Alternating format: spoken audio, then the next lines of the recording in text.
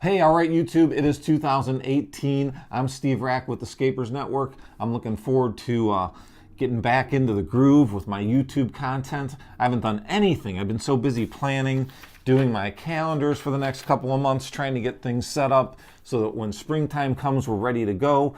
We also do quite a bit of snow plowing around here, but that's a big, different animal than the landscape business end of my company. I run that in a completely different way. So I do a lot of prepping now this time of year to get myself ready for the upcoming landscape season.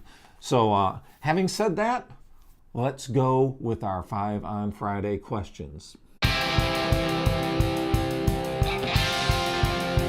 All right, hey, if you haven't been watching before, every Friday, well, I try every Friday, I answer 5 questions from people that watch my YouTube channel. So if you have a question about the landscape business, anything that you think is relevant, pop it in the questions below or pop it in the comments below, and I'll try to answer it for you guys.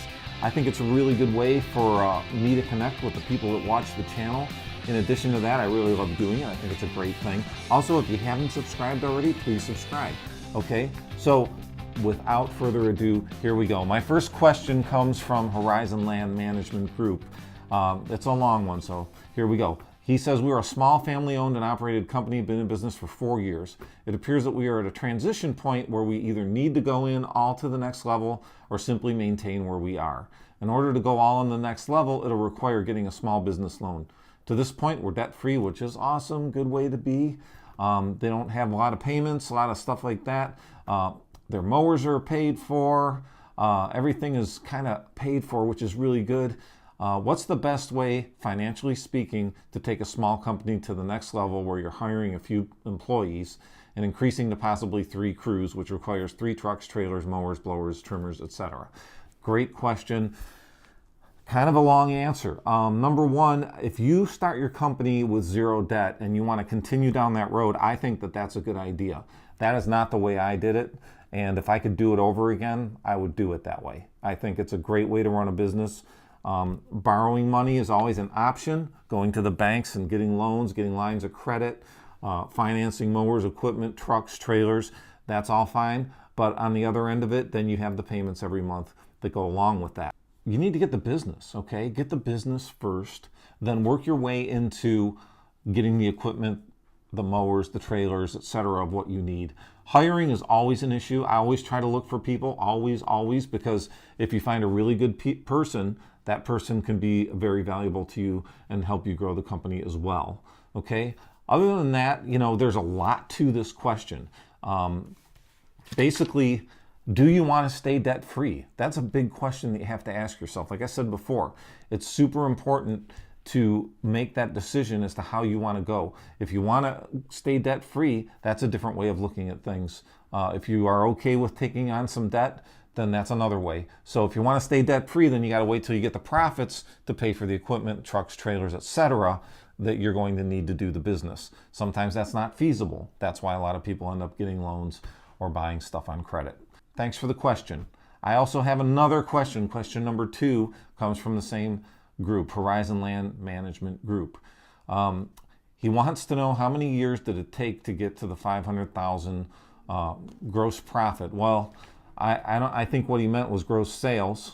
So it took us a long time to get to 500,000. I would say about 10 years to get there, and it was pretty grueling. You know, we did not move into our new facility, this office space, until we were around a $400,000 company. And luckily my brother, who works across the hall from me here, he was about 350, 400 when we moved into this building. So it took us about 9-10 years to get to $500,000. But we grew much quicker after I started putting systems in place and putting people in place, hiring key people to alleviate some of the things that were on my plate, taking those things off of my plate and delegating them. For example, hiring an office manager, hiring an operations manager, you know, getting the right foreman, getting the right people in the field helped me to grow the company to $500,000, then $750,000, then $1 million, then over $1 million. So having the right people really makes a difference. You get to a point when you're at about that $250,000, $300,000 spot where you have to say, listen, you know, what am I going to do here? Because you kind of hit the proverbial wall as an owner. You get to a point where you cannot do it all.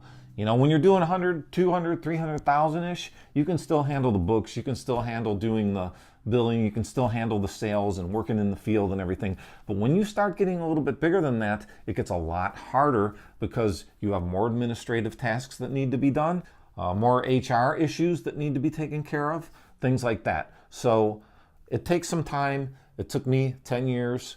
Hope that answers your question. Next question. All right, so next question is Dwayne Mills. What are your thoughts on making the jump from part-time lawn care, landscape work to full-time? He says he's working part-time in the lawn care now and a full-time job. All right, so I'm gonna be brutally honest, Dwayne. Here's the thing. This is the way I see it, because when my father started this company, he's the one who started it, not me. Okay, when my father started this company, he had been doing landscape maintenance part-time for many years.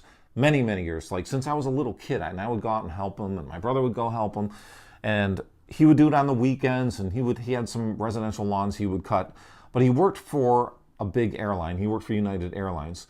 When United Airlines decided to move his job to Chicago from Cleveland here, he decided at that point he would go full-time into the landscape business. So he decided to start this business. He was older. He was in his late 40s when he started Southwest Landscape Management, and so he was forced to start the business. I think what happens is some people are forced to do it because they have no choice, like my father.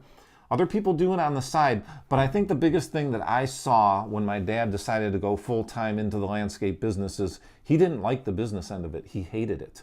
I ended up taking over the business end of the company because I enjoy business. I enjoy being an entrepreneur. I enjoy growing the company. My father was more happy just working in the field, doing the work, being a technician. So if you really love just being a technician and doing the work on the side, then maybe just keep doing it on the side. So if you want to own a business, be a business person. Also, if you want to be an entrepreneur, those are different than just being a landscape technician. So you have to think that through very, very thoroughly, because the last thing you want to do is get into a position like my father. He hated doing things like doing the billing, returning phone calls. He hated anything to do with office work, any kind of administrative stuff. Like he would leave that stuff. He wouldn't even send out bills to our customers because he just didn't like doing it. So I'd have customers coming up to me when we were out there mowing their grass saying, hey, I never got a bill. So finally I told my dad, I said, listen, I'm going to start doing the administrative stuff, and I'm going to take a day or two, a week off of working in the field and start growing the business and becoming the business manager here because nobody's doing it. So my dad did not have a passion for that. He had a passion for landscaping. Now, I'm not saying you can't do both, but please remember, when you go into this business full time, you go from being a technician to a business owner and a landscaper. Two things. So you have to be able to mentally and physically deal with the technical end of the business, the working in the field for a while, and you also have to deal with the paperwork, the phone calls, all that jazz, because that is what is ultimately going to grow your business. Doing a great job is one thing. Number two, taking care of the administrative tasks is another. Keep that in mind, and I appreciate the question. All right, next question from Corey Lundy.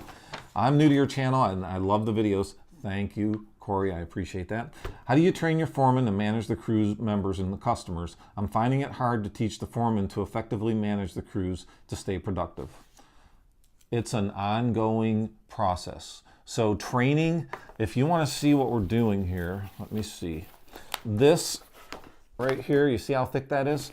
That is like our training. See, it says training stuff. That is a training program that we've been working on ongoing for many years, but trying to constantly tweak it and make it better. A couple of things we do around here, and if you want to go check out one of the older videos, you'll see I have some landscape training day videos here. I also have a snowplow training day video. We will take an entire day off in the spring, an entire day off maybe in the fall, and we will do training on that particular day. So we also take a day out in the field, which is outside here, outside of our offices, and we train the guys on the mowers. We train people on the weed whackers, blowers, backing up trailers, running the skid steer. So we try to do that as well. It's an ongoing process. I think the biggest thing also with training is setting the tone as the owner. So you have to set the tone in your business as to what you expect. What are your expectations? What are your core values? What is it that you as the owner are expecting from your employees? What kind of product or what kind of service do you want to see out there in the field? How do you want your crews to look? Does everybody have to be in uniform? Does everybody have to do safety training? Does everybody have to do a certain amount of hours to learn a mower or a piece of equipment? So those are the kinds of things I'm talking about. So really, at the end of the day, training is a mindset, okay? It's a constant, ongoing thing. Here's another way to look at it. Look at it as mentoring. So if you're in charge, you're the owner, maybe you mentor someone, teach them the way that you do things, and then let them start mentoring people that work underneath them. So if you've got a good foreman, you think they do a great job, you can mentor them first, show them how you want it done, and then have them start mentoring and showing the people that work underneath them. So thanks for the question, Corey. I appreciate it. All right, one last question, and that's from Claire. She wants to know what happened to the kitten in the video that I posted a couple months ago. There was a kitten in our office, and I kind of put it in the thumbnail that there was a kitten in the office. Basically what that was is one of my guys actually found that little kitten outside our shop here, and my office manager has a couple of grandkids, and she took it home and gave it to the grandkids. So I thought that was kind of cool. And of course, the kitten was so cute. So we decided, let's put it in the video. It was kind of neat. So that's what we did. We like to have fun. That's another thing. Have some fun. Have some fun with your company, with your employees. Try to do that every once in a while. All right, everybody, thanks a lot for watching. I have some great ideas for 2018 with this channel. There's so many things I want to do. But I always say it's business first, then YouTube second, because my business is really what pays my bills, and I'm sure the same thing for all of you watching. So sometimes I don't get to post as much as I'd like, and that's unfortunate because I really have a lot of ideas and a lot of things that I'd like to do. Sometimes I start to post. I'll start a day in the life video, and by the end of the day I forget to finish recording. So there's things that I still need to do here. The phone's ringing, of course, so that gets in the way from time to time. Check out my turf column. I write every month in here. Check it out. This one is, oh yeah, this one's really good. This is my December column, and I wrote about Santa Claus's secret landscape company, because he does have a secret landscape company, in case you guys didn't know. All right, so check it out. I will be back next Friday. Thanks for watching. We'll talk soon.